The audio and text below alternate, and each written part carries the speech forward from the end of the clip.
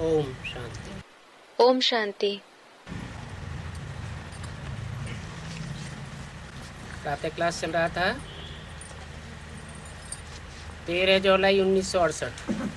The morning class being narrated was of the 13th July 1968 और दूसरे page के अंत में बात चल रही थी, and the topic discussed at the end of the second page was तुम बच्चे जानते हो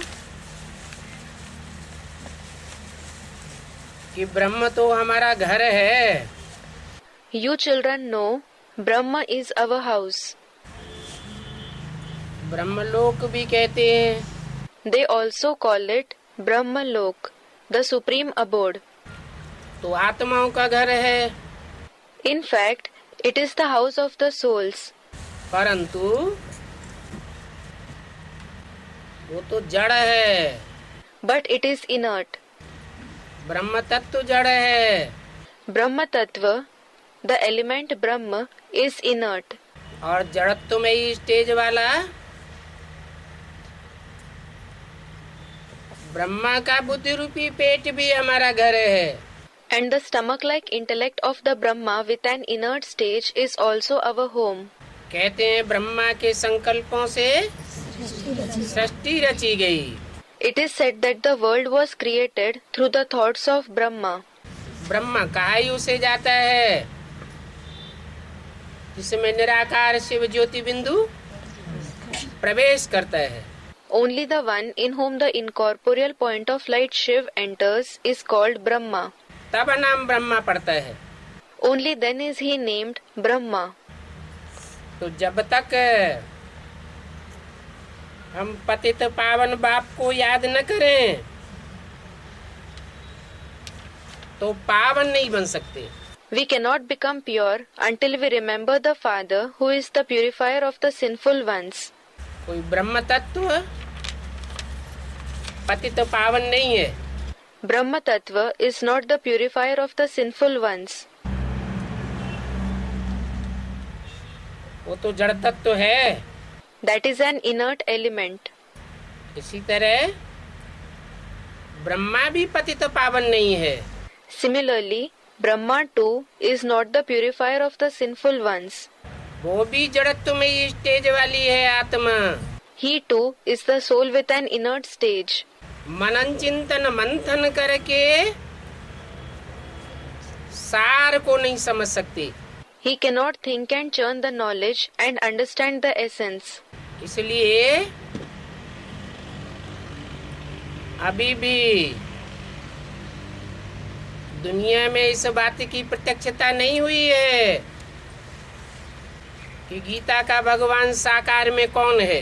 This is why the revelation of the topic, who God of the Gita is in the corporeal form, has not taken place in the world yet. सृष्टि का पहला पत्ता ही जब तक न समझे, As long as the first leaf of the world doesn't understand this topic, तब तक औरों के समझने की तो बात ही नहीं।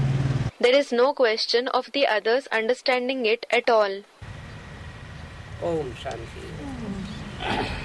Om Shanti. अगला प्रातः क्लास है 14 जुलाई 1968। The next morning class is of the 14th July 1968.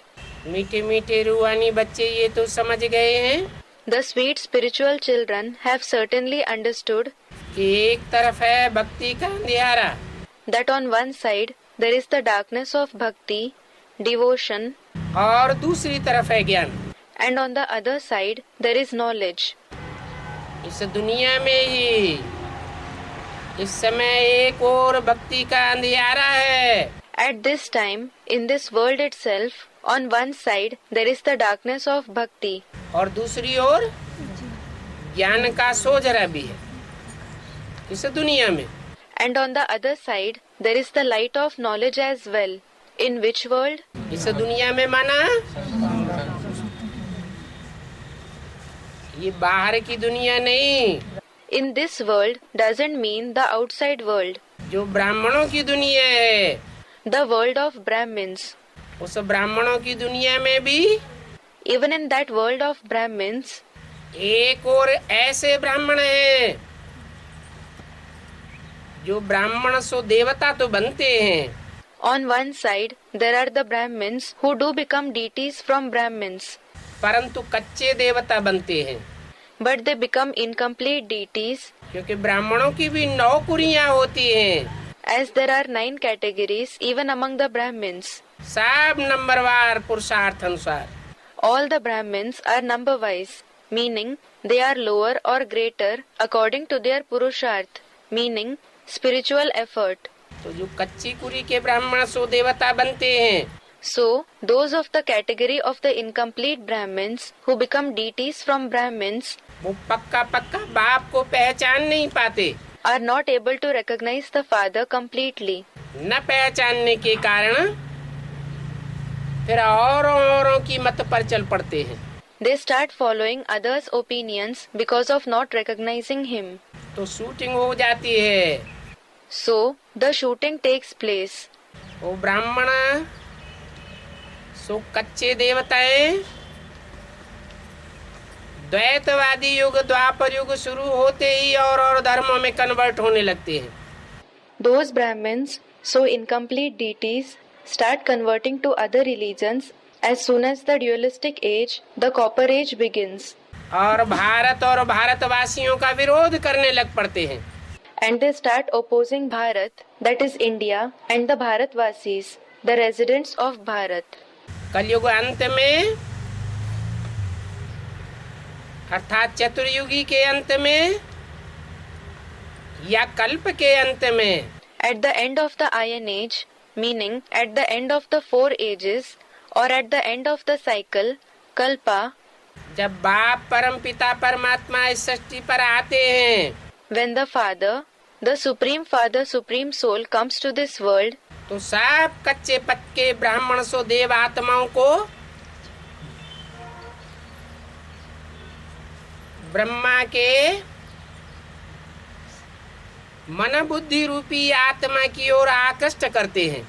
he attracts all the incomplete or complete Brahmins or deity souls towards the mind and intellect in the form of the soul of Brahma. Sindh Hyderabad में उस समय आबादी 9 लाख थी। At that time, the population of Sindh Hyderabad was 9,900,000. सारे हैदराबाद में सनसनी फैल गई A sensational news was spread in the entire Hyderabad कि यहाँ साक्षात्कार होते हैं, भगवान आया हुआ है। that people who go there have visions. God has come. कहते हैं कि नई दुनिया आने वाली है, पुरानी दुनिया का विनाश होने वाला है। They say the new world is about to come and the old world is going to be destroyed. ये बीज रूप में संदेश बहुतों को नहीं, पूरे सिंध हैदराबाद को मिला। Not just many people received this message in the seed form, but the whole Sindh Hyderabad received it. तो नई सृष्टि की 9 लाख आत्माओं को जैसे संदेश मिल गया, So, in a way, the 9 lakh souls of the new world received the message. Foundation पड़ गया, The foundation was laid. Rehearsal हो गई। The rehearsal took place. यज्ञ के आदि में ही In the beginning of the yajna itself, Brahma तन के द्वारा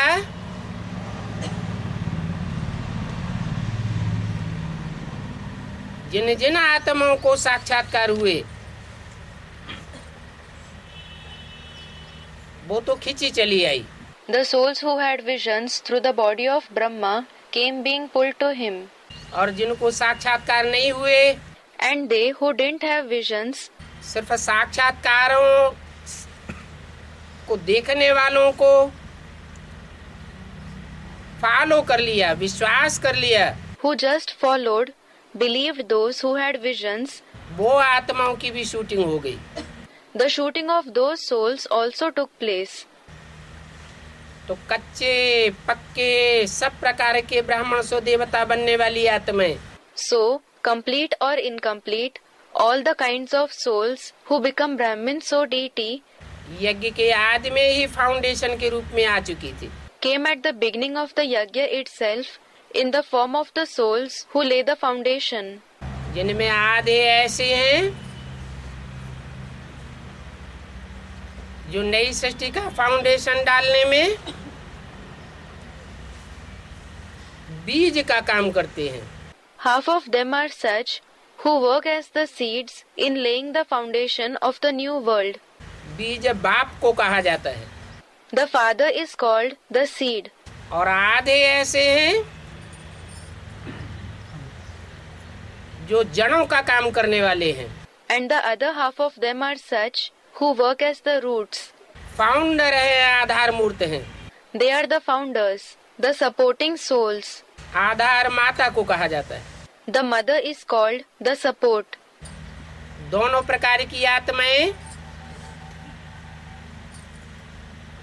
सूर्यवंश और चंद्रवंश के फाउंडर हैं. Both kinds of souls are the founders of the Sun Dynasty and the Moon Dynasty. वो तो परमपिता परमात्मा बाप को पक्का पक्का पहचानने वाले तो हैं. They are definitely the ones who recognize the Father, the Supreme Father, Supreme Soul, truly.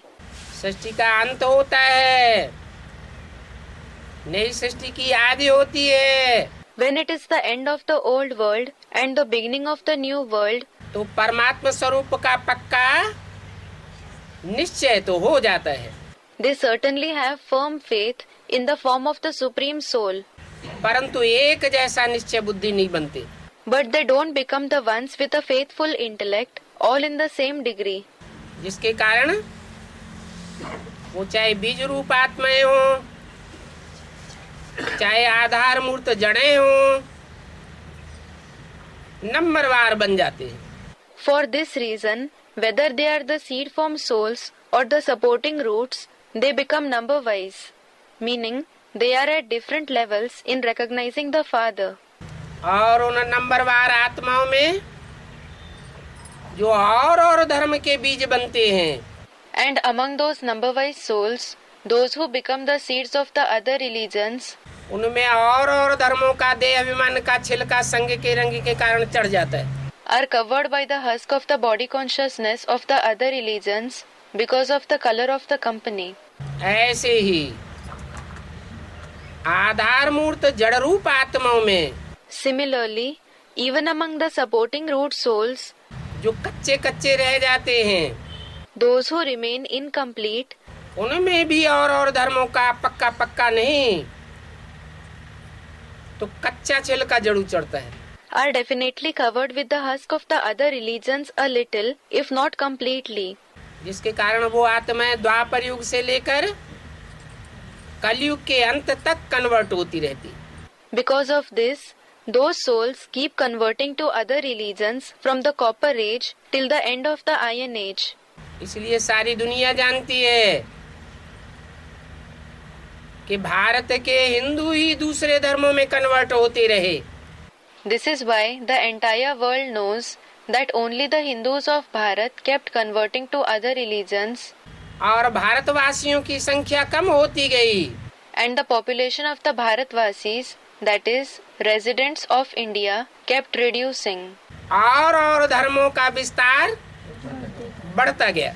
The expansion of other religions continued. क्योंकि जो पक्के भारतवासी होते हैं वो अभिविचारी वृत्ति के होते हैं. It is because the real Bharatvasis have an unadulterated attitude.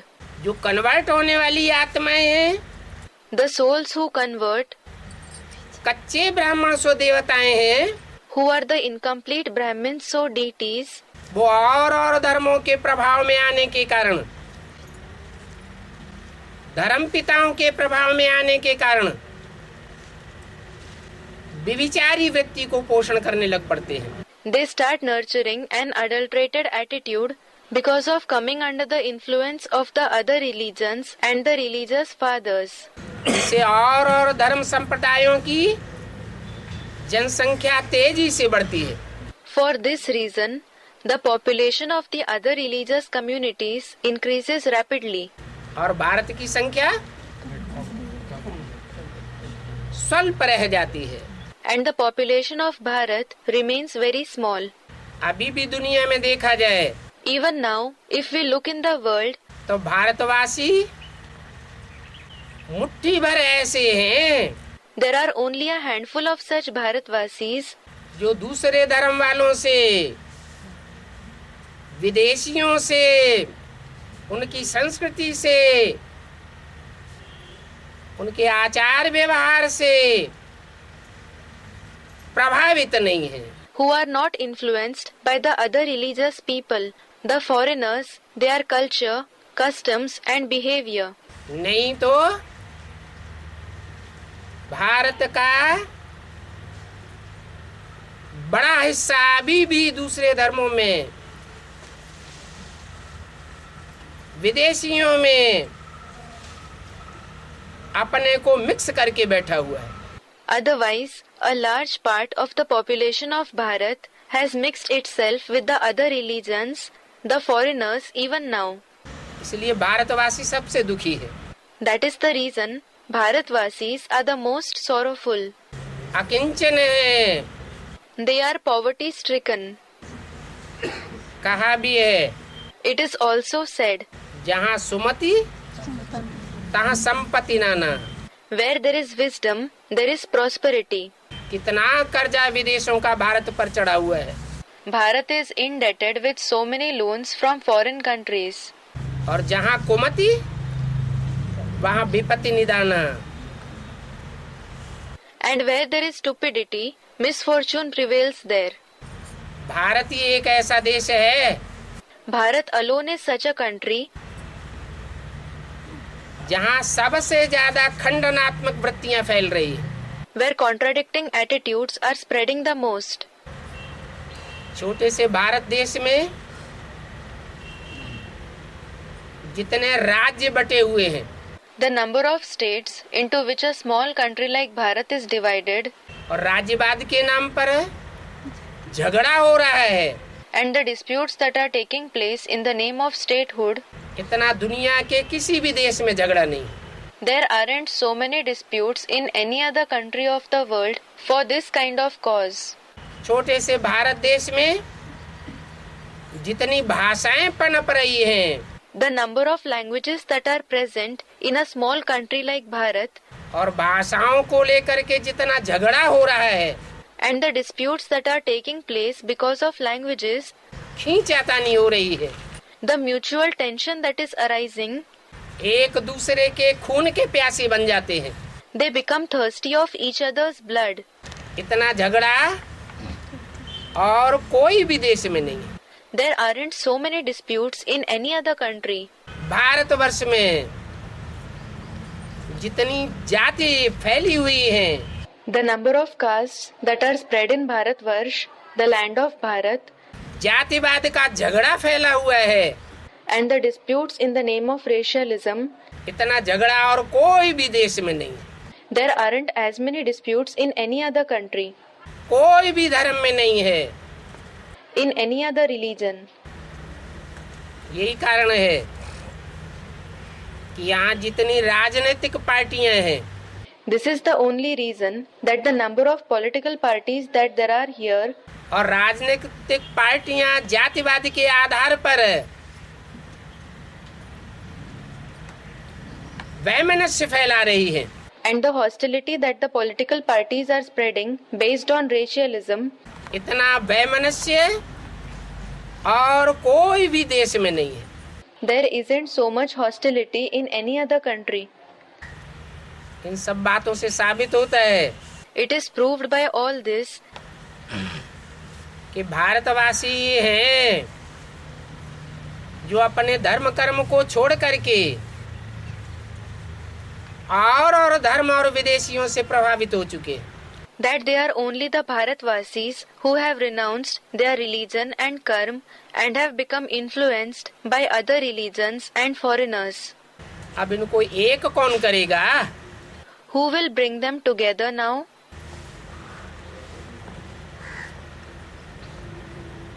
Bharat के धर्म का स्थापन करने वाला कौन है? Who is the one who establishes the religion of Bharat? और धर्मों के धर्म पिता का तो सबको पता है। Everyone knows the religious fathers of the other religions. Christians का धर्म पिता, उनसे पूछो तो कहेंगे क्राइस्ट, दूसरा कोई नहीं बताएंगे।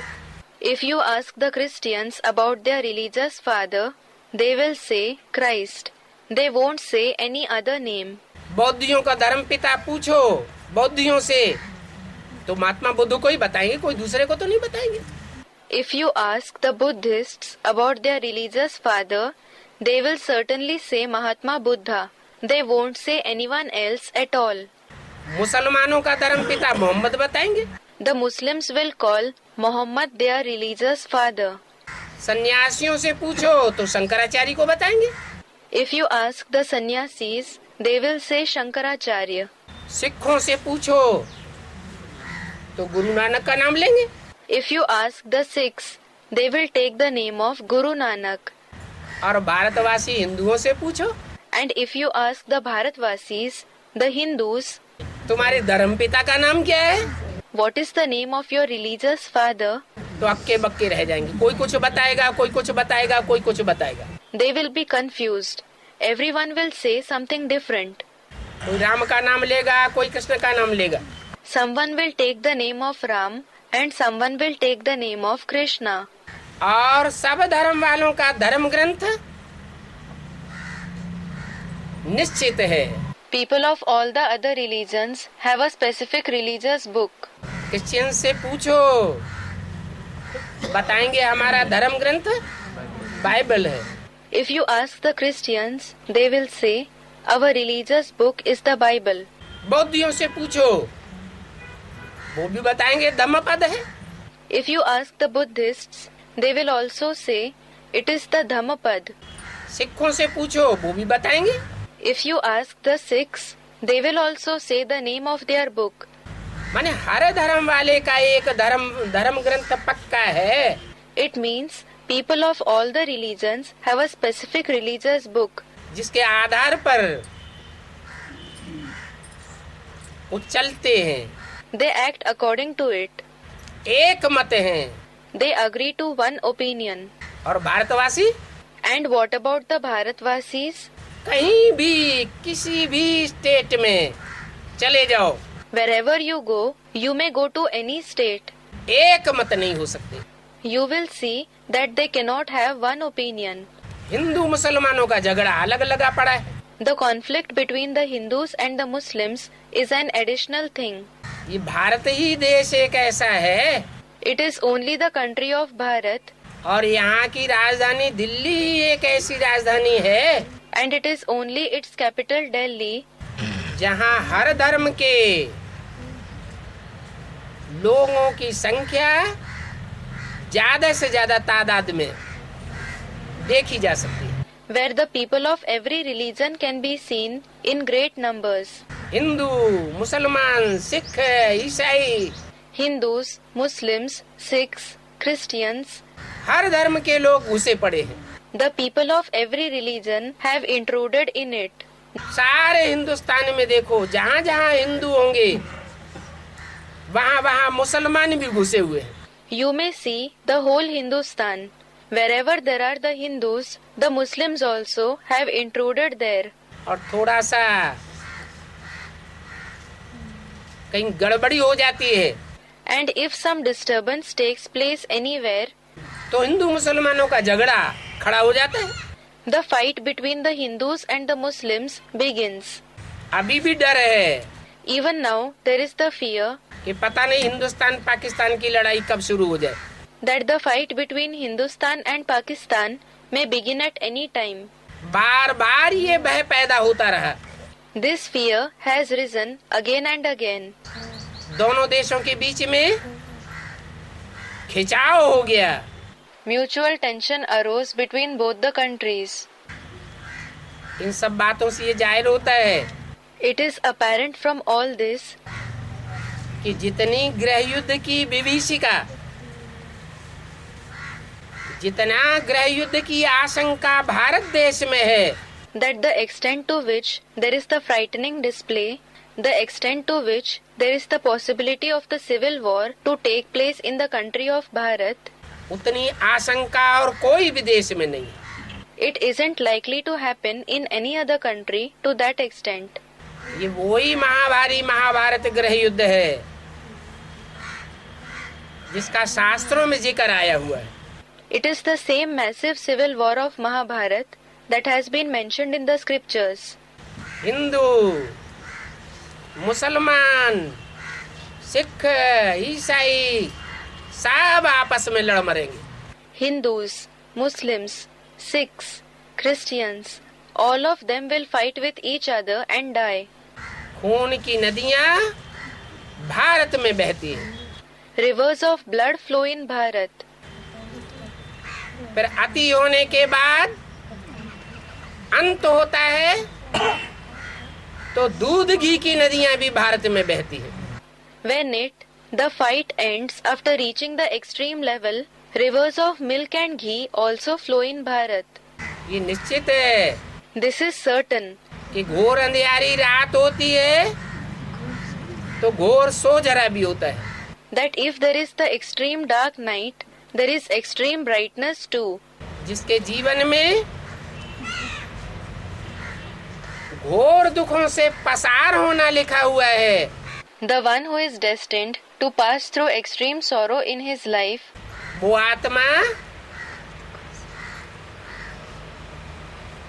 सुखों की दुनिया में भी अति में प्रवेश करती है.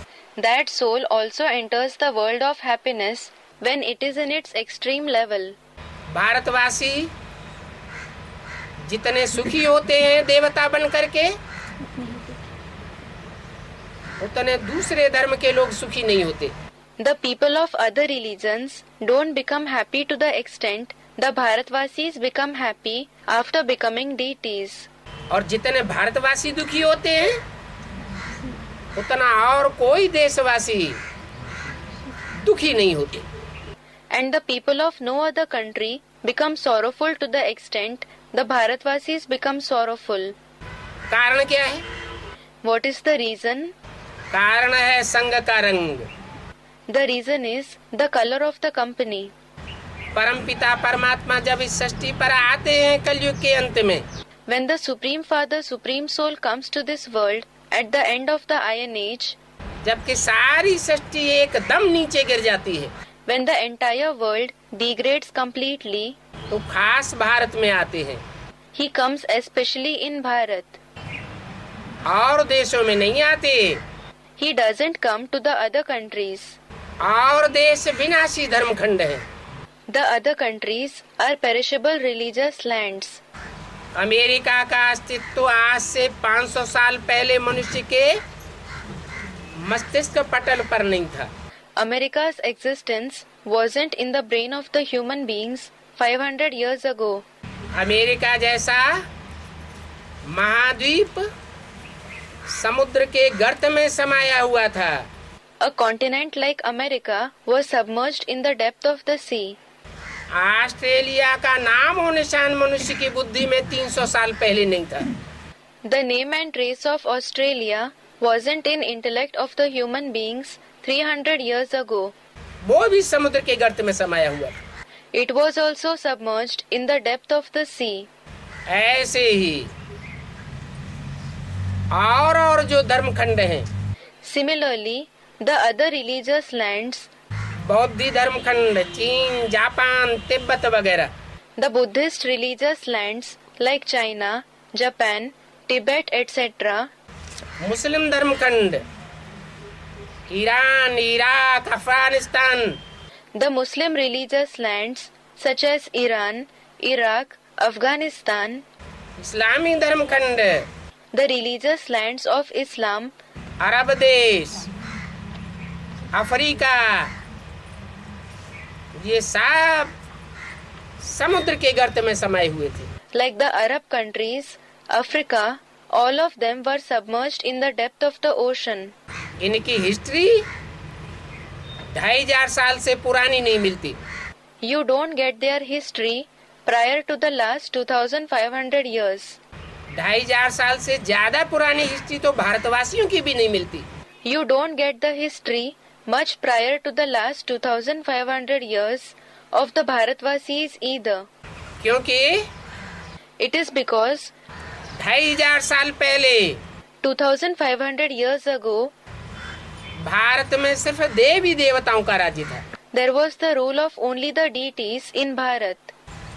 और उन देवी देवताओं को किसने बनाया? And who created those deities? Gita ज्ञान के अनुसार नर से नारायण, नारी से लक्ष्मी किसने बनाया? Who made Nar, man, into Narayan and Nari, woman, into Lakshmi, according to the knowledge of the Gita? ये कोई को पता नहीं है। No one knows this.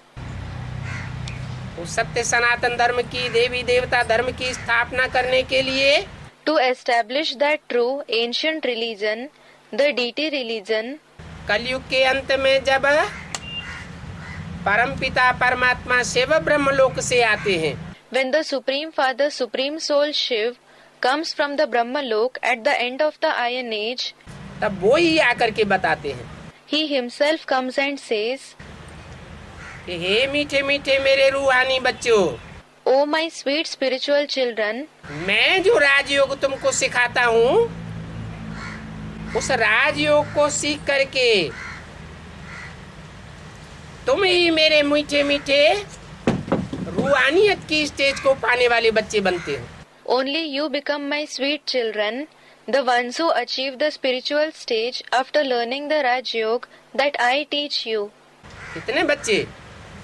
How many children are they? कितने बच्चे हैं जो रूहानियत की ऐसी स्टेज को पाते हैं, जो पूरे 84 का चक्कर लगाते हैं? How many children achieve such a spiritual stage that they go through the complete cycle of the 84 births? 9 lakh सितारे आसमान में गए हुए, 900,000 stars are famous in the sky. वो हैं आसमान के जड़ सितारे। They are the physical stars of the sky. और भगवान बाप कहते हैं तुम बच्चे हो इस धरती के चैतन्य सितारे। And God the Father says, you children are the living stars of this earth. इनकी प्रत्यक्षता तब होती है Their revelation takes place जब सारी दुनिया में एटम बमों के धमाके से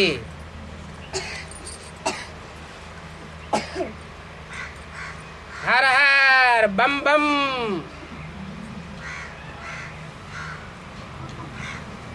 शंकर का जगत प्रसिद्ध डांस होता है। when the world famous dance of Har Har Bam Bam Shankar takes place in the entire world through the explosions of atom bombs. तब सारी दुनिया पहचानती है उस मनुष्य सृष्टि के बाप को, जिसका नाम है Shiv Shankar Bholenath. Then the whole world recognizes the father of the human world, whose name is Shiv Shankar Bholenath, the lord of the innocent ones. आदिदेव, Adidev, the first deity. शास्त्रों में लिखा हुआ है It is written in the scriptures. तुम आदिदेव पुरुष है पुराण। You are the first deity and the first man. जैनियों में उसे आदिनाथ कहा जाता है, In Jainism, he is called Adinath. मुसलमानों में उसे आदम कहा जाता है। Among the Muslims, he is called Adam. वो मानते भी हैं, कहते भी हैं कि आदम को खुदा मत कहो, आदम खुदा नहीं। They believe as well as say, Adam को खुदा मत कहो. Don't call Adam God. Adam खुदा नहीं. Adam is not God. खुदा जो खुद आता है, खुदा means the one who comes on his own. किसी के बुलाने पर नहीं आता। He doesn't come on being called by someone. हजारों साल भारतवासियों ने हे पतित पावन आओ भगवान का आह्वान किया।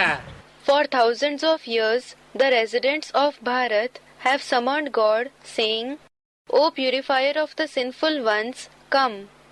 कितनी भक्ति की, They did so much bhakti. और धर्म वाले भी अल्लाह मियाँ को, गॉड फादर को याद करते हैं। The people of the other religions also remember Allah Mia, God the Father. लेकिन वो तो बेचारे जानते ही नहीं But those poor fellows don't know at all कि खुदा या अल्लाह मियाँ इस सृष्टि पर आता है, गॉड फादर आता है। वो तो यही समझते हैं कि उनका मैसेंजर क्राइस्ट आता है या मोहम्मद आता है। that Khuda or Allah Mia comes to this world, that God the Father comes to this world. They just think that his messenger, Christ or Muhammad comes. परंतु भारतवासियों के अंदर तो ये पक्का बैठा हुआ है कि भगवान इस सृष्टि पर आता है। But this has sat firmly in the intellect of the Bharatvasis. God does come to this world. और आकर के हमको सारी सृष्टि के आदि मध्य अंत का राज बताता है। And after coming, he tells us all the secrets of the beginning, the middle and the end of the world. राज बता करके After telling us the secrets, अपनी पहचान देता है। he gives us his introduction. निराकार होते हुए भी कैसे इस मनुष्य सृष्टि के हीरो पाटधारी में प्रवेश करके साकार बनता है। He tells us how he becomes corporeal by entering the hero actor of the human world in spite of being incorporeal. साकार शरीर होते हुए भी क्राइस्ट, महात्मा बुद्ध, गुरु नानक जैसे धर्म पिताओं की तरह निराकारी स्टेज को प्रख्यात करता है। In spite of having a corporeal body, he, the hero actor, displays the incorporeal stage like the religious fathers such as Christ, Mahatma Buddha and Guru Nanak. उन धर्म पिताओं के चेहरे को भी ध्यान से देखो। Look at the faces of those religious fathers carefully. चित्र देखे होंगे, You might have seen their pictures.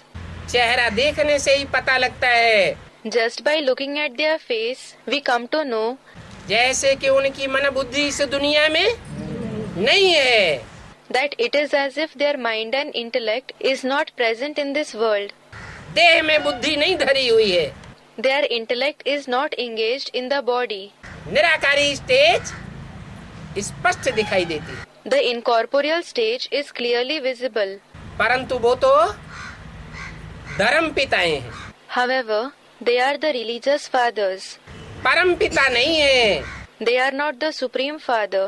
परम पिता जब इस सृष्टि पर आता है When the Supreme Father comes to this world, तो उसकी तो कितनी ही न निराकारी स्टेज होती होगी, he will have such an intense incorporeal stage. जिसकी यादगार भारतवर्ष में शंकर के चित्रों में देखी जा सकती है। The memorial of this can be seen in the pictures of Shankar in Bharatvarsh. आदिदेव के चित्रों में देखी जा सकती है। It can be seen in the pictures of Adidev. जैनियों के अनुसार According to the Jains, Adinath के जो नग्न मूर्तियां हैं तीर्थंकरों की, उनमें वो निराकारी स्टेज देखी जा सकती है। that incorporeal stage can be seen in the naked idols of Adinath, of the Tirthankars, meaning gurus of the Jain religion. साकार तन होते हुए भी उस निराकारी स्टेज को दिखाने के लिए उन्होंने उनको नंगा दिखाया है। In order to show their incorporeal stage despite having a corporeal body, they have shown them naked. नंगे का मतलब ये है कि शरीर रूपी वस्त्र को आत्मा ने धारण नहीं किया हुआ है। The meaning of being naked is that the soul hasn't worn the clothing like body. ऐसे नहीं कि भगवान का शरीर रूपी वस्त्र होता ही नहीं है। It isn't that God doesn't have a clothing like body at all. अगर होता ही नहीं है तो सारी सृष्टि का उद्धार कौन करेगा? If he doesn't have it at all, who will uplift the entire world? सारी सृष्टि के आदि मध्य अंत का ज्ञान कौन सुनाएगा? Who will narrate the knowledge of the beginning, the middle and the end of the entire world? मनुष्य आत्माएं तो जन्म मरण के चक्र में आने के कारण पूर्व जन्म की सारी बातें भूल जाती हैं। The human souls forget all the incidents of their previous births because of coming in the cycle of birth and death. कोई को करके बहुत तपस्या के प्रभाव से कुछ आगे पीछे के जन्मों का पता भी लग जाए, Even if someone comes to know a little about his previous or future births with the effect of intense tapasya, meditation, परंतु सारे 84 के चक्कर का तो ज्ञान किसी को होता ही नहीं है। no one has the complete knowledge of the entire cycle of 84 births at all. जैसे गीता में भगवान ने अर्जुन से कहा, हे अर्जुन, तू अपने आगे पीछे के जन्मों को नहीं जानता। Just like in the Gita, God said to Arjun, "O Arjun, you don't know your previous and future births. मैं तेरे को बताता हूँ। I tell you about them."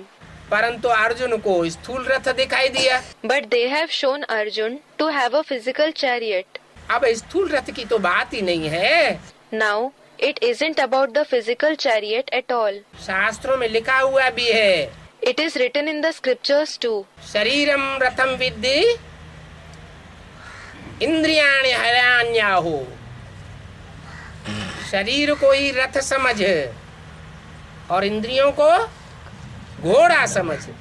It means, consider the body itself to be a chariot and the indriya to be horses. Indriya, parts of the body used to perform actions, and the sense organs.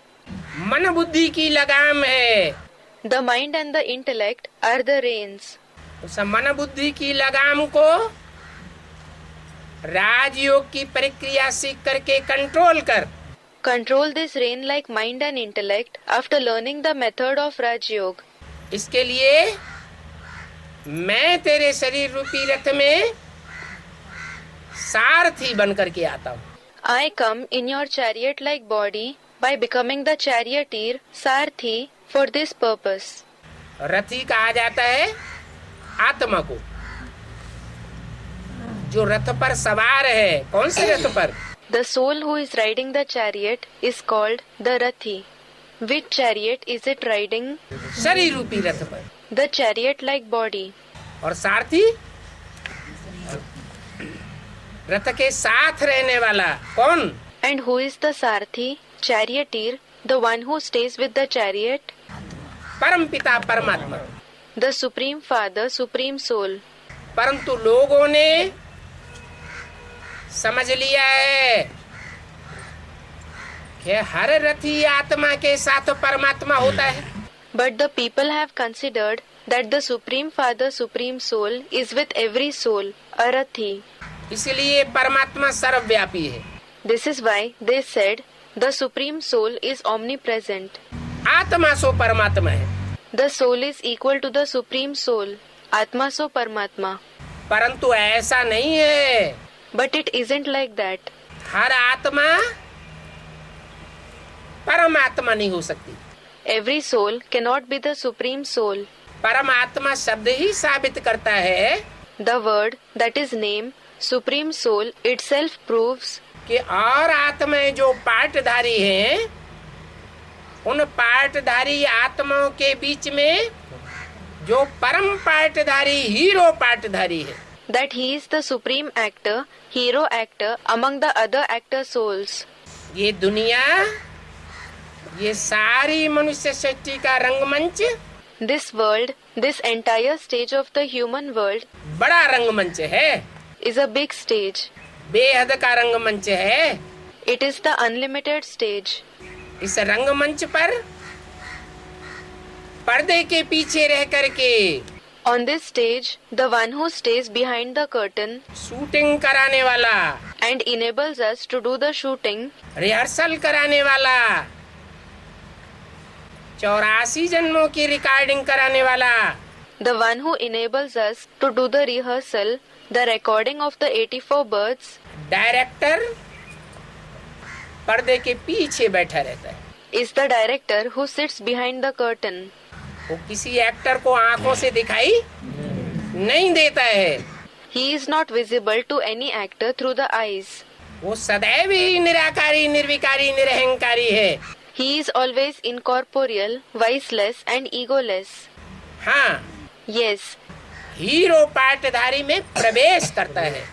he enters the hero actor. इसलिए This is why Gita में भी लिखा हुआ है, प्रवेश तुम। it is also written in the Gita, Praveshtum. मैं प्रवेश करने योग्य हूँ। That is, I am capable to enter. तो वो सर्वव्यापी नहीं होता है। So, he is not omnipresent, सर्वव्यापी. उस सृष्टि पर आता है तो एक व्यापी बनकर आता है। When he comes to this world, he comes being present in one being, एक व्यापी. और ध्यान देने की बात है And this is something to think about. कि एक व्यापी को याद किया जा सकता है Can we remember the one who is एक व्यापी या सर्वव्यापी को याद किया जा सकता है? or the one who is सर्वव्यापी? Everyone said एक व्यापी. एक व्यापी को याद करने से बुद्धि एकाग्र होगी या सर्वव्यापी को याद करने से बुद्धि एकाग्र होगी? Will the intellect be focused by remembering the one who is एक व्यापी or the one who is सर्वव्यापी? Everyone said एक व्यापी. श्रेष्ठ ते श्रेष्ठ जो आत्मा है, The soul which is the most elevated, परम पिता परमात्मा, the supreme father, supreme soul, उसे एक को याद करेंगे by remembering that one, तो संग का रंग बुद्धि को श्रेष्ठ ते श्रेष्ठ लगेगा। our intellect will be colored by the most elevated company. और अनेकों को याद करेंगे तो विविचारी याद होगी And if we remember many, will the remembrance be adulterous या श्रेष्ठ याद होगी? or will it be elevated? विविचारी याद होगी। It will be adulterous remembrance. विविचार तो सदैव नीचे गिराता है। Adultery always makes us fall. तो बुद्धि में अच्छी तरह बैठ जाना चाहिए So, it should sit in the intellect firmly कि परम पिता परमात्मा सर्वव्यापी नहीं है that the Supreme Father, Supreme Soul is not omnipresent. और हरेक आत्मा, And every soul, चाहे वो मनुष्य आत्मा हो, whether it is a human soul, चाहे वो पशु पक्षी, कीट पतंगे, कीटाणुओं की आत्मा हो, or the soul of animals, birds, insects, moths or germs, उन आत्माओं में परमात्मा प्रवेश नहीं करता। the Supreme Soul does not enter them. जो श्रेष्ठ ते श्रेष्ठ होगा उसकी कुर्सी ऊंची होगी या नीचे भी होगी? Will the seat of the most elevated one be high or can it be low? Everyone said it will be high. ऊंचे ते ऊंचा Kartar, He is the highest on high performer. कहते भी हैं ऊंचा तेरा नाम, ऊंचा तेरा काम, ऊंचा तेरा धाम। It is also said, highest is your name, highest is your task, and highest is your abode. ऐसे ऊंचते ऊंच बाप को परम पिता परमात्मा शिव निराकार ज्योति बिंदु को कण कण में मिलाई देना। To combine such a highest on high Father, the Supreme Father, Supreme Soul Shiv, the incorporeal point of light, with every particle, उसकी बेइज्जती करना नहीं है क्या? isn't it an insult to him? कितनी बेइज्जती मनुष्यों ने कर दी। Human beings have insulted him so much. सारी दुनिया में परमात्मा को ढूंढते फिरे They wandered in the entire world in search of the Supreme Soul. और कहीं भी नहीं मिला तो कह के बैठ गए शिवोहम। And when they could not find him anywhere, they said, Shivoham, ब्रह्मास्मि, Brahmasmi, हम ही शिव हैं, हम ही ब्रह्मा हैं। meaning we ourselves are Shiv, we ourselves are Brahma. और दूसरों को भी सिखाने लग पड़े And they also started teaching others कि भगवान सर्वव्यापी है। that God is omnipresent. अभी भगवान बाप आवेंगे तो पुरानी ही बातें सुनावेंगे। When God the Father comes, will he narrate the same old topics? पुराना ही रटा रटाया शास्त्रों का ज्ञान सुनावेंगे, Will he narrate the same old parroted knowledge of the scriptures? या कोई नई बात भी बतावेंगे जो दुनिया नहीं जानती। Or will he also narrate something new? Someone said he will narrate something new that the world doesn't know. मुसलमान लोग पहले कहते थे Earlier, the Muslims used to say, कि खुदा अर्श में रहता है, God lives in Arsh, the sky.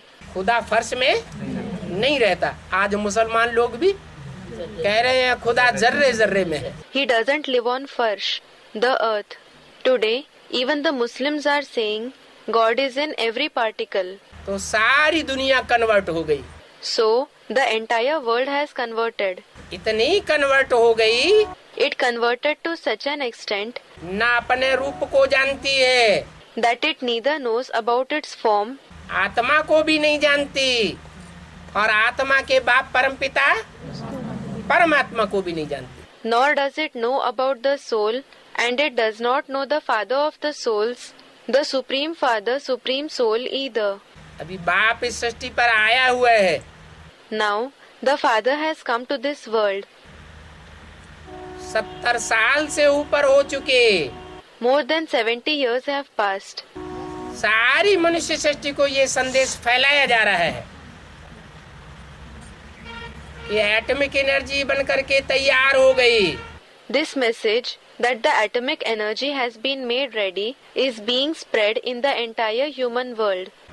Shankar का जो मुख्य काम है, The main task of Shankar, क्या काम है? हर हर बम बम।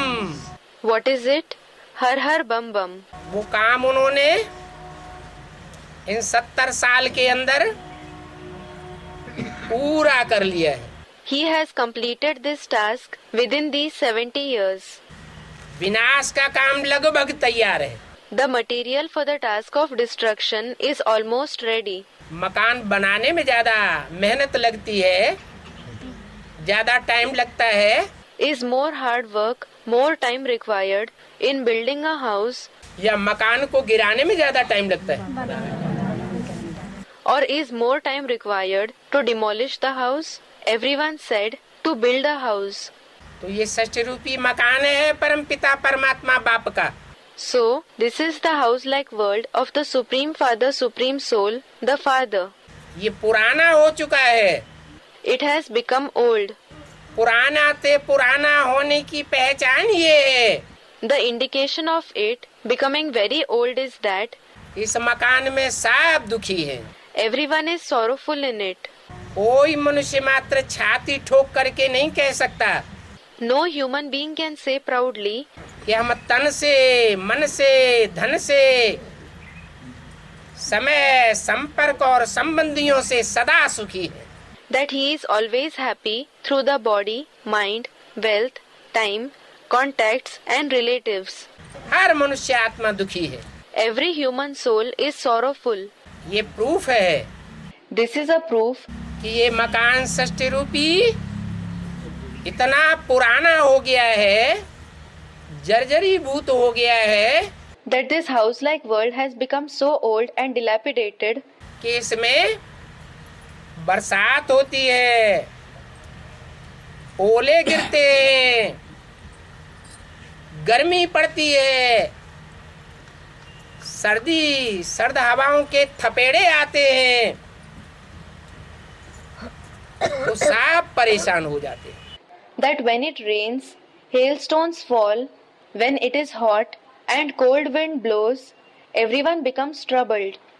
इस पुरानी दुनिया का विनाश करने के लिए भगवान बाप को आना पड़ता है। God the Father has to come to destroy this old world. वो विनाश का ही संदेश नहीं देते हैं, He doesn't give the message of only destruction. ये भी संदेश देते हैं कि नई दुनिया, नए मकान का भी सृजन हो रहा है। He also gives the message that the new world, the new house is also being created.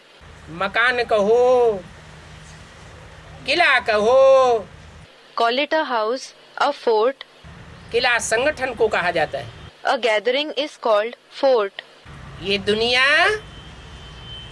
भगवान का बनाया हुआ एक ऐसा किला थी This world was such a fort created by God जिसमें काम, क्रोध, लोभ, मोह रूपी माया प्रवेश नहीं कर सकती थी। in which Maya in the form of lust, anger, greed, attachment and ego couldn't enter.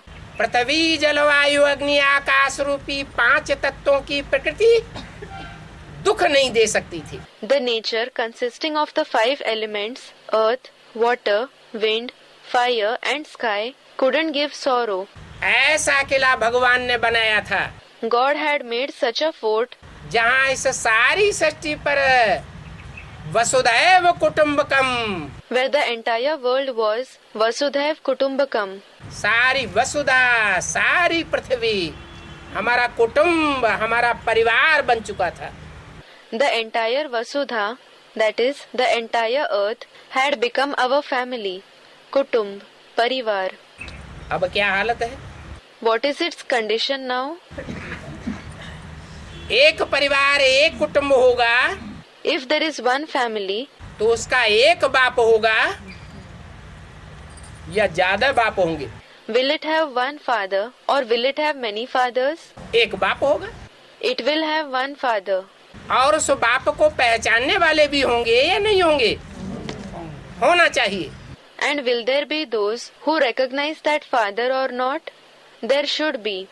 वो बाप अभी गुप्त वेश में Now, that father in a secret form, अपने गुप्त पांडव बच्चों के साथ, with his hidden Pandav children, Pandav गुप्त घूमते हैं ना, the Pandavas roam about secretly, don't they? गुप्त रूप में पार्ट बजाए रहा है। Is playing the part secretly. जब टाइम आवेगा, When the time comes, अर्थात मकान का फाउंडेशन, नई दुनिया का फाउंडेशन पक्का हो जाएगा। meaning the foundation of the building, the new world will become strong. मकान बनता है तो पहले फाउंडेशन डाला जाता है ना, When a building is built, its foundation is laid first, isn't it? तो फाउंडेशन पक्का हो जाने के बाद So, after the foundation becomes strong, वो परमपिता परमात्मा नंबरवार अपने पांडव बच्चों के साथ संसार में प्रत्यक्ष होने लगेगा। the Supreme Father, Supreme Soul, will start to be revealed in the world with his number-wise, that is, with different stages, Pandav children. ऐसे नहीं कि 5 पांडव ही प्रत्यक्ष होंगे, It is not that only 5 Pandavas will be revealed. नहीं, No, 9 lakh सितारे, ये चैतन्य आत्मा रूपी सितारे सारी सृष्टि में ज्ञान की चमक मारेंगे। the 9 lakh stars, the living star-like souls, will spread the light of knowledge in the entire world. आज की दुनिया की जो भी 500-700 करोड़ मनुष्यों की सृष्टि है, Today, the world consisting of 5 to 7 billion human beings, वो सब मनुष्य आत्मा उस परमात्मा बाप को पहचानेंगी। all those human souls will recognize that Supreme Soul Father. वो ज्ञान के सितारे अपनी रोशनी को उस ज्ञान सूर्य बाप की रोशनी में मर्ज कर देंगे। Those stars of knowledge will merge their light in the light of the Son of Knowledge Father. ये नहीं कहेंगे कि ये ज्ञान मेरा है, मैं सुनाए रहा हूँ। They will not say, this knowledge is mine, I am narrating it. क्या कहेंगे? What will they say? ये परमपिता परमात्मा बाप इस सृष्टि पर आया हुआ है। They will say, the Supreme Father, Supreme Soul has come to this world. उसका ज्ञान है। This is his knowledge. उसे एक बाप को पहचानो Recognize that one Father. तो सारी सृष्टि The entire world, एक तरफ एटम बमों के धमाके होते जाएंगे अलग अलग शहरों में, on one side, the explosions of atom bombs will happen in different cities. लोग मानने के लिए मजबूर होते जाएंगे। People will continue to be compelled to believe in God. रूस में जो नास्तिकवाद फैला हुआ है, Atheism that has spread in Russia, नास्तिकवाद के अहंकार के आधार पर जिन्होंने सृष्टि का विनाशकारी सामान एटॉमिक एनर्जी तैयार कर ली, those who created the atomic energy for the destruction of the world because of ego based on atheism, वो अहंकारी गॉड फादर को मानने के लिए मजबूर हो जाएंगे। those egocentric people will be compelled to believe in God the Father.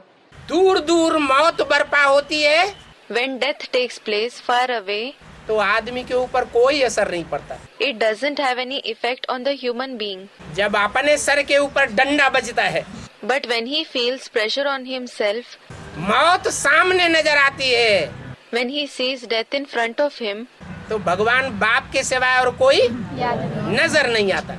no one except God the Father is visible. कहने का मतलब है इस मनुष्य सृष्टि की 500-700 करोड़ मनुष्य आत्माएं, It means the 5 to 7 billion human souls of this human world अंत समय में सब भगवान को मानेंगी, बाप को पहचानेंगी। all of them will believe in God. They will recognize the Father at the end.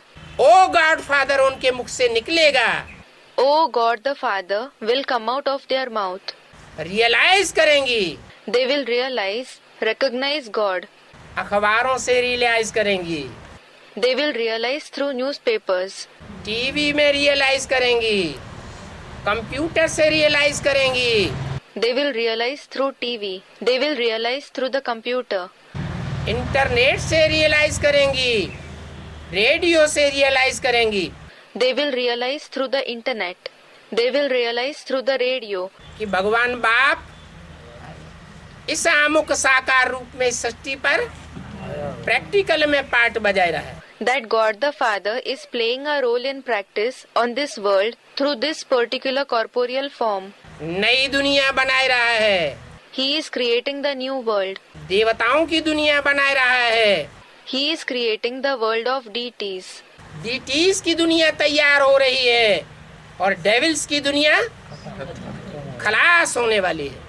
The world of deities is being created and the world of devils, demons, is about to end. ऐसा पक्का निश्चयात्मक बुद्धि सिर्फ 9 लाख होंगे। Only 900,000 souls will have such a firm, faithful intellect. और कभी कभी निश्चय बुद्धि और कभी कभी अनिश्चय बुद्धि। And those who become the ones with a faithful intellect at one moment and the one with a faithless intellect at another moment, वो नंबरवार 500-700 करोड़ मनुष्य आत्माएं सभी होंगी। will be all the 5 to 7 billion human souls number wise with different degrees of faith. जितना जितना जो निश्चय बुद्धि होंगी, The more someone has a faithful intellect, निश्चय बुद्धि विजयते, Nishay Buddhi Vijayate, that is, the one with a faithful intellect will be victorious. 84 जन्मों की विजय प्राप्त करेंगे। They will gain victory for 84 births. 84 के चक्र में उनको विजय का तिलक मिलता रहेगा। They will keep receiving the vermilion mark, tilak of victory in the cycle of the 84 births. और जितना जितना अनिश्चय बुद्धि रहेंगे, And the more someone has a doubting intellect, कभी आया है कभी नहीं आया है, sometimes they think he has come and sometimes they think he hasn't come. कभी मानेंगे और कभी नहीं मानेंगे। Sometimes they will believe in him and sometimes they won't. उस निश्चय अनिश्चय के दोले में आने के कारण Because of swinging in this swing of faith and doubt, उनकी जो विजय है जन्म जन्मांतर की, वो नष्ट होती जाएगी। their victory of many births will continue to be destroyed. विजय का सुख नहीं प्राप्त कर सकेंगी। They will not be able to achieve the happiness of victory. विजय में सुख होता है और हार में दुख होता है। There is happiness in victory and sorrow in defeat. सुख और दुख की ये दुनिया है। This is the world of happiness and sorrow. हर मनुष्य आत्मा सुख चाहती है या दुख चाहती है? Does every human soul want happiness or does it want sorrow? है? हर मनुष्य आत्मा के अंदर की चाह है। Everyone said it wants happiness. Every human soul has this wish within. कि हमें सुख मिले, दुख न मिले। I should receive happiness and not sorrow. परंतु जन्म जन्मांतर का सुख मिलता कैसे है? But how do we receive happiness birth after birth? कोई तरीका तो होगा। There will be some method, won't there? या जैसे कि मुसलमान लोग समझते हैं, Or is it just like the Muslims think? या हिंदू भी समझते हैं, भगवान ही सुख देता है, भगवान ही दुख देता है। Or like even the Hindus think, God himself gives happiness and God himself gives sorrow. तो भगवान सुख दाता है, So, is God the giver of happiness, सुख का सागर है, the ocean of happiness? या दुख का सागर दुख दाता है? Or is he the ocean of sorrow, the giver of sorrow? Everyone said he is the ocean of happiness. जो सुख देता है वो याद आता है, Is the one who gives happiness remembered? या जो दुख देता है वो याद आता है? Or is the one who gives sorrow remembered? कौन याद आता है? Who is remembered? Everyone said the one who gives happiness. माँ बच्चों को कितना सुख देती है, A mother gives so much happiness to the children. तो माँ बच्चों को नहीं याद आती है सिर्फ, So, the children remember their mother not only in their childhood, बच्चा बड़ा हो जाता है, बूढ़ा हो जाता है, तो भी अपने बचपन को याद करता है। but when the child grows up, when he becomes old, he still remembers his childhood. माँ बाप का सुख बच्चे याद करते हैं सारे जीवन में। The children remember the happiness given by their parents all their life. सुखदाई को सबको याद करता है। Everyone remembers the one who gives happiness. तो बेहद का बाप है मनुष्य सृष्टि को सुख देने वाला। So, it is the unlimited Father who gives happiness to the human world. उसका बड़े से बड़ा वर्षा क्या है? What is his biggest inheritance? बेहद का बाप है तो बेहद का वर्षा देता होगा ना। When he is the unlimited Father, he will give the unlimited inheritance, won't he? क्या वर्षा है उसका? What is his inheritance? है सुख। Happiness. वो बेहद का बाप सारी मनुष्य सृष्टि को नंबरवार सुख का वर्षा देता है। That unlimited Father gives the inheritance of happiness to the entire human world number-wise. That is, they receive it according to their spiritual effort. कोई कहे नंबरवार क्यों देता है? भगवान भी पार्शियलिटी करता है। Someone may say, why does he give the inheritance number-wise? Does even God show partiality? किसी को कम सुख और किसी को ज्यादा सुख देता है? नहीं। Does he give less happiness to someone and more happiness to someone else? No. वो सिर्फ आकर के रास्ता बताता है, He comes and just shows the path. तरीका बताता है। He tells us the method. कर्म अकर्म और विकर्म की गति बताता है। He tells us about the dynamics of karma, actions, akarma, actions which don't have any karmic return, and vikarma, wrong actions. ऐसी चलन चलोगे तो जन्म जन्मांतर सुखी रहोगे। He says, if you act this way, you will be happy birth after birth. और ऐसी चलन नहीं चलोगे, वैसी चलन चलोगे If you don't act this way and act in that way, जिसको कहें मनुष्य मत की चलन, which will be called an act according to the human opinion, या कहें अपने मन की मर्जी की हुई चलन, मन मत या मनुष्य गुरुओं की मत, the act according to our own mind, the opinion of the mind or the opinion of the human gurus, जो मनुष्य गुरु जन्म जन्मांतर देते चले आए, the human gurus kept giving it birth after birth. और रिजल्ट में सारी मनुष्य सृष्टि दुख के गड्ढे में गिरती चली आई या उठती चली गई? गिरती चली आई। And as a result, did the entire human world keep falling into the ditch of sorrow or did it rise? It went on falling. तो परमत पर चलेंगे या मनोमत पर चलेंगे? So, if you follow others' opinion or the opinion of the mind, तो जन्म जन्मांतर का सुख हथेली में आ जाए, दुख हथेली में आ जाएगा। the sorrow for birth after birth will come on your palm. और भगवान की मत पर चलेंगे And if you follow God's direction, तो सुख आ जाएगा। happiness will come on your palm. भगवान की उसी मत को महाभारत में, भागवत में कृष्ण की मुरली के रूप में दिखाया गया है। The same direction of God is shown as Krishna's flute in the Mahabharata and the Bhagavad. वो मुरली की तान मीठी होती है। The tune of flute is sweet. Brahma के मुख रूप से वो मीठी तान सुनाता है। He plays that sweet tune through the mouth of Brahma. नाम ही है Brahma. The name itself is Brahma. ब्रह्म ने बड़ी, माँ माने माँ। Brahm means senior and Ma means mother. इस मनुष्य सृष्टि पर इतना बड़ा माँ का पार्ट और कोई बजाए ही नहीं सकता। No one else can play such a great role of the mother at all in this human world जितना ब्रह्मा ने प्रैक्टिकल रूप में बजाया। to the extent Brahma played it in practice. ऐसा पार्ट बजाने के लिए माँ को ही बहुत सहन करना पड़ता है। To play such role, the mother herself has to tolerate a lot. सहानुभूति बच्चों के प्रति धारण करनी पड़ती है। She has to be sympathetic towards the children. सहनशीलता धारण करनी पड़ती है। She has to have tolerance. मीठी लोरी सुनानी पड़ती है। She has to narrate sweet lullabies. वो मीठी वाणी मुरली कही गई। That sweet version is called Murli. वो माँ का रूप है भगवान का, That is the form of God as a mother, जिसे ब्रह्मा कहा जाता है। who is called Brahma.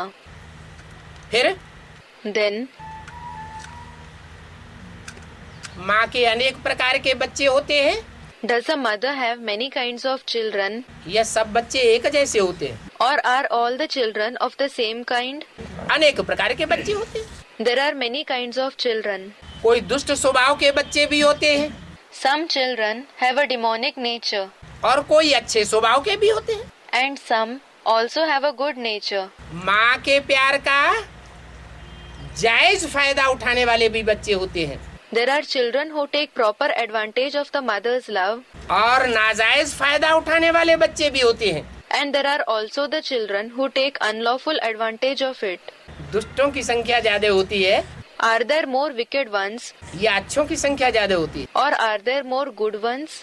दुष्ट बच्चों की संख्या ज्यादा होती है। There are more wicked children. तो ब्रह्मा के मुख से पैदा हुए उन ब्राह्मण बच्चों में So, among the Brahmin children who are born from the mouth of Brahma, ज्यादा तादाद के बच्चे ऐसे होते हैं जो और धर्मों में कन्वर्ट होते रहे many are such who kept converting to other religions, और अभी आकर के भगवान के बच्चे, ब्रह्मा के बच्चे बन गए इस जन्म में। and now, in this birth, they became the children of God, of Brahma after coming. तो जन्म जन्मांतर और धर्मों में कन्वर्ट होकर के रहे। They kept converting to other religions for many births. उनके संग का रंग लेते रहे। They kept taking the color of their company. तो भगवान के बच्चे बनने पर तुरंत सुधर जाएंगे So, will they transform immediately after becoming the children of God? या माँ को दुख भी देते रहेंगे? Or will they also keep giving sorrow to the mother? उनके दुख देने की वृत्ति एकदम जा नहीं सकती। Their habit of giving sorrow cannot improve at once. बहुत दुख देते हैं माँ को। They give a lot of sorrow to the mother. माँ सारी सृष्टि पर जिन जिन परिवारों की रचना करती है उन परिवारों का नाम पड़ता है प्रजापिता ब्रह्मा कुमारी ईश्वरी विश्वविद्यालय। Whichever families the mother creates in the entire world, they are named Prajapita Brahma Kumari Ishwarya Vishwavidyalay. ये प्रूफ है कि सिर्फ भारत में ही नहीं सारी दुनिया में ब्रह्मा कुमारी विद्यालय फैले हुए हैं। This is a proof that the Brahma Kumari Vidyalaya is not spread in just India but in the entire world. Brahma के द्वारा रचे हुए परिवारों में उन ब्राह्मण बच्चों की पालना हो रही है। Those Brahmin children are being sustained in the families created by Brahma.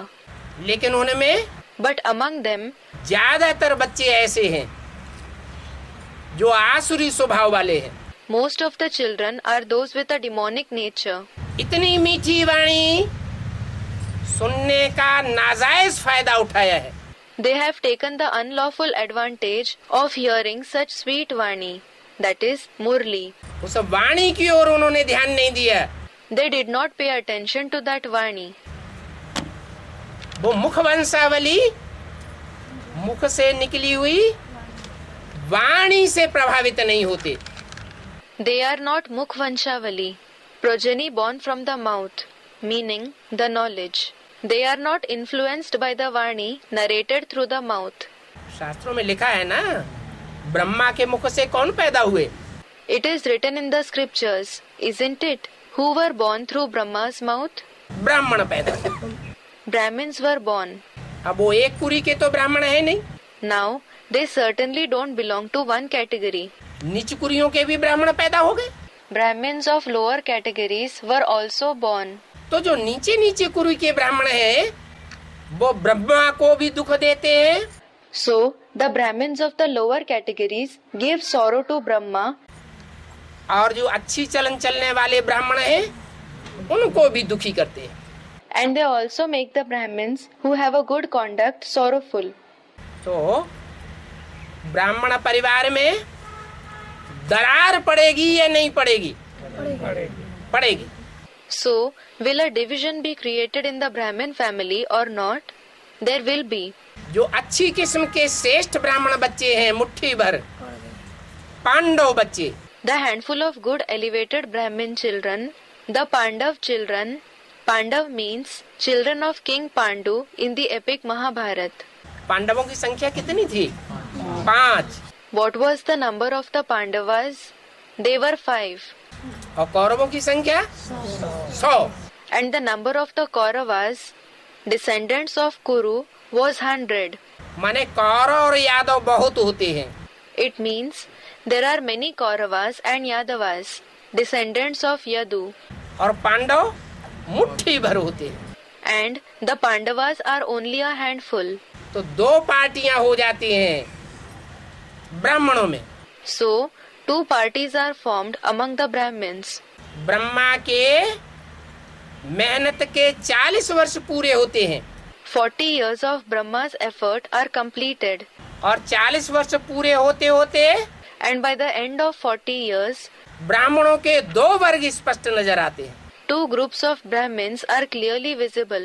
एक वर्ग वो One group is that जो ब्रह्मा के मुख से निकली हुई मुरली को, वाणी को, श्रीमत को, which gives a lot of importance to the Murli, to the Vani, to the Srimat.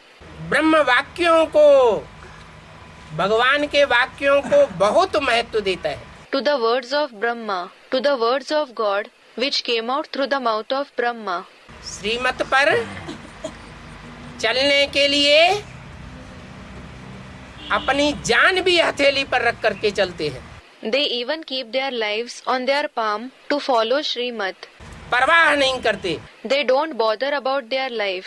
और बाकी ऐसे ब्राह्मणों की संख्या ढेर की ढेर होती है। And there are many of such Brahmins जो ब्रह्मा के मुख से निकली हुई वाणी की परवाह ही नहीं करते। who don't care for the Vani narrated through the mouth of Brahma at all. Manmath पर चलते हैं। They follow the opinion of their mind. मनुष्यों की मत पर चलते हैं, मनुष्य गुरुओं की मत पर चलते हैं। They follow the opinion of the human beings.